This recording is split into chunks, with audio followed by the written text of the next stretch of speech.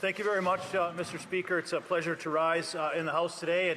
Since this is my first opportunity to give a speech in the House since the election, I want to thank the constituents at Foothills and the families in Southern Alberta who once again elected me to represent them in the House of Commons, and I'm honoured that we received the second most votes in the country with almost 55,000. Only my colleague from Ponoka Didsbury was able to surpass the wonderful people of Foothills, and that certainly goes to show that our message as Conservatives and standing up for Alberta resonates with my constituents in Foothills.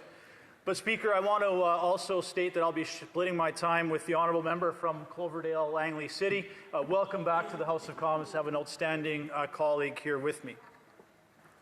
But Mr. Speaker, as the Conservative Shadow Minister for Agriculture and Agri-Food, it is my duty to stand here and represent and be the voice for the hardworking farmers and ranchers and producers right across this country, as well as those Canadians who have gone to the grocery store shelves over the last few months and have questioned, how could this possibly be getting worse?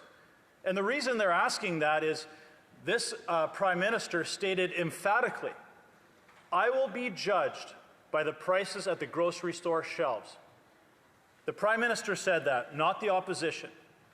Well, by his own metrics, by the Prime Minister's own statement, he has failed Canadians.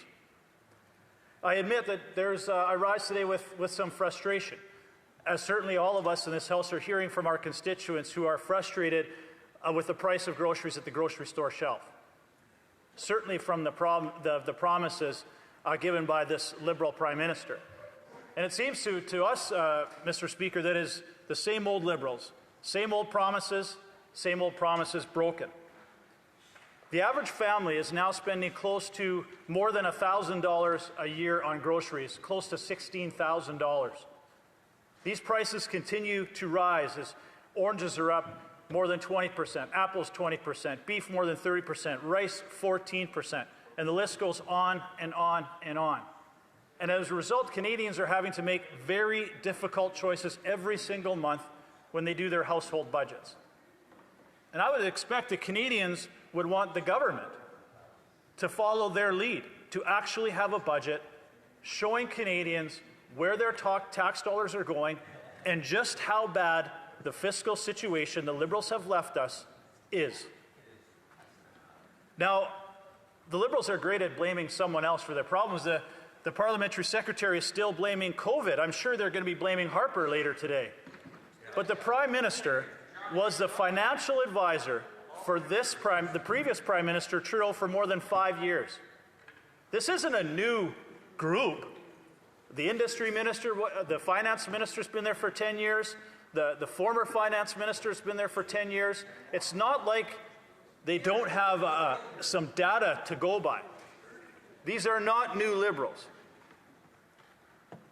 But despite them refusing to table a budget, it's Canadians who are paying the price at the grocery store shelf every single day.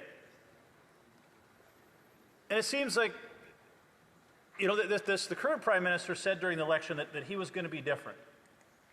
But clearly, in only a couple of months, he is different. I would say arguably worse. He would say he would keep spending increases at 2%. He would cap that. Well, his first group of estimates show that he's increased spending more than 8%, by $500 billion in more deficit spending. At a time when inflation and food security are top of mind, this government is continuing to throw gas on the inflationary fire.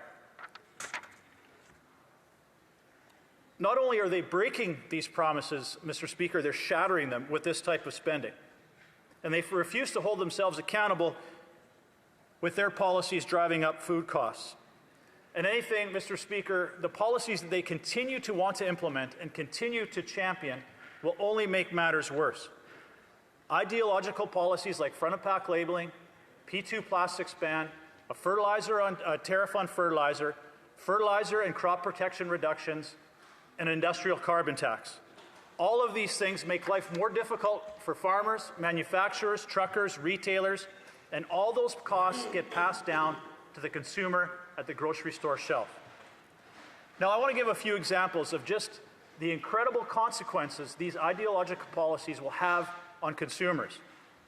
Michael Grayson, the CEO of Food, Health and Consumer Products, stated at the Agriculture Committee last year that the Liberals' nonsensical front-of-pack warning labels will cost the industry an additional $8 billion, and manufacturers will have no choice to pass on those additional costs to the consumers, driving up food prices at the grocery store. An in-depth report by Deloitte stated the impact of the Liberals' P2 plastics ban, the impact on Canadian producers and produce growers will be catastrophic. It will increase the cost of produce another 35%.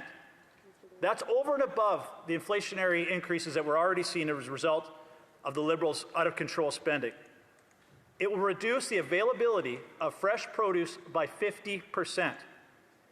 It will cost growers and producers more than $6 billion in additional costs. It will increase food waste 50%.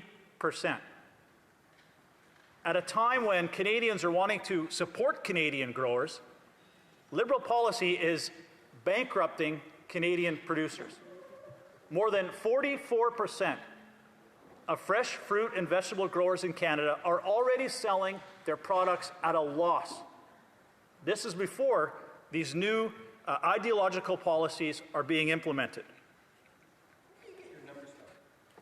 I just said Deloitte. So Deloitte, I think that's pretty reputable, as well as Farm Credit Canada and the CEO of Food, Health and Consumer Products of Canada. I think those are very reputable. They don't like to hear those numbers. They don't like to hear those stats because they are a direct result of punishing policies being implemented by this Liberal government. But wait, Mr. Speaker, my colleague across the way is going to love it because they aren't done yet. The Liberal government wants to reduce fertilizer use by 30% and crop protection products by 50%. These losses will lead to losses for farmers exceeding $50 billion and will lead to crop reduction yields of 14 million metric tons. Lastly, the impact of the Liberals' inflationary spending and regulations are taking a toll on the economic viability of Canadian farmers. And, Mr. Speaker, I know my colleague from Winnipeg North is going to hate this, but this comes from Statistics Canada and Farm Credit Canada. Last year was the most expensive crop in Canadian history. And the results that just came out in 2024, Canadian farmers experienced a 25% decline in realized net income, a total loss of $3.3 billion, or farmers are losing about $3,000 every single month. This is the worst loss in realized net income since 2018. In 2024, total farm operating expenses in Canada increased to $78.3 billion, a 2.4% increase from the previous year. And where are these increases coming from? Fertilizer, feed, machinery. Fertilizer prices soared by more than 50%. Feed costs up 20%. Machinery expenses and fuel up by 53%. I can't stress this enough, Mr. Speaker. These are very real consequences as a result of ideological and punishing policies by this Liberal government that are putting the economic viability of our farmers at risk and driving up food costs for Canadians. Every single month we're seeing this. I have to ask, Mr. Speaker, is a discussion in Alberta the next week at the G7 going to be, does Canada actually belong in the G7 when you're a partner that is punishing your farmers and putting food security, not only here at home, but globally, at risk, ignoring your most important allies who have come to you wanting cheap, affordable, and sustainable Canadian LNG, but the Liberal government has said there's no business case scenario. We are eroding our relationship as a trusted partner to our G7 allies. But, Mr. Speaker, in conclusion, a lot of these things could be resolved if the Liberal government will repeal these ideological policies and table a budget so Canadians can actually see the financial picture that they are facing. And if they are not willing to do it, may I suggest they step aside because the Conservatives are ready to do just that. Questions and comments. Question and commentary. The honourable member for Oakville West. Thank you, Mr. Speaker. We take inflation very seriously, Mr. Speaker. That's why we are giving tax break to support Canadians. I would like to ask my colleague if they will support us to pass the legislations, to bring middle-class tax cut for nearly 22 million Canadians, to eliminate GST for the first-time home buyers, value up to $1 million for new homes, and to remove carbon tax, and to bring One Canadian Economy Act. Thank you, Mr. Speaker. Member for Foothills. I appreciate the Liberal member rattling off just about every policy in the Conservative campaign that they took, and I would encourage her to take all of them. Why stop with just a few? Why take the GST off new homes for only first-time buyers?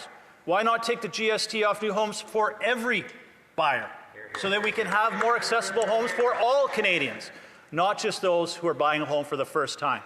Don't just go halfway. If you're going to take the Conservative platform, take it all. We'll support you the whole way. Order, just a reminder of members to address their comments through the chair. Question and commentaire. The honourable member for Pierre Boucher, Les Patriotes Verchères. Thank you, Mr. Speaker. I listened to my honourable colleague's speech down the aisle, and it's not every day that I agree with what he says, but I agreed with nearly everything he said. I do have a question on one element. During the entire election campaign, the Liberals kept selling the new Prime Minister as being a magician who was going to solve all of our problems. He was extraordinarily talented and he could do everything and everything would be easy for him. If he's that good, if he's that extraordinary, how can my colleague explain the following? That he can't actually table a budget. The honourable member for Foothills. Well, thank you very much, Mr. Speaker. I know this is going to be shocking to my colleague from the bloc, who I respect a great deal, but the Liberals say one thing during a campaign and do something very different once they've been elected. These Liberals like to say, well, we're not ready. It's only been 3 months. This cabinet has been there for 10 years. It's not like they just came into a new House of Commons and have no idea what's been going on for the last 10 years. They have caused all of these problems. Their overspending and high taxes and bad policies have put Canada in this financial situation. I would argue the Liberals don't want to table a budget because Canadians would be frightened to see the financial situation the Liberals have left us in. Questions and comments. The honourable member for Barrie South Innisfil. Thank you, Mr. Speaker. I always find it comical, if not sad, when the Liberals are questioning data that's coming from Statistics Canada or Deloitte & Touche like they did with my honourable colleague. It's comical, if not sad. But I do want to talk about the $800 tax decrease that was announced. And I want to counter that by saying that the average food costs are going to go up per family this year by $800. The average family in this country is going to spend $17,000 of their after-tax dollars on food. Would the honourable member not agree that food insecurity is a major threat to many Canadian families, single moms and seniors in this country? The honourable member for Foothills. Thank you very much, Mr. Speaker, and thanks to my colleague for his great question. And absolutely, and I would argue that it's going to get worse. An $800 tax cut is wiped away by food inflation that is going up every single month, 3 months in a row. But it's only going to get worse when the Liberals implement their policies like the front-of-pack labelling and the P2 plastics ban. Just those two policies will increase food costs potentially by $14 billion. Those are additional costs that are going to be put on produce growers, manufacturers, and retailers. They will pass on those costs to consumers, which will continue to drive up food costs. We are in a food security crisis here at home, and the Liberals need to step up and do something about it.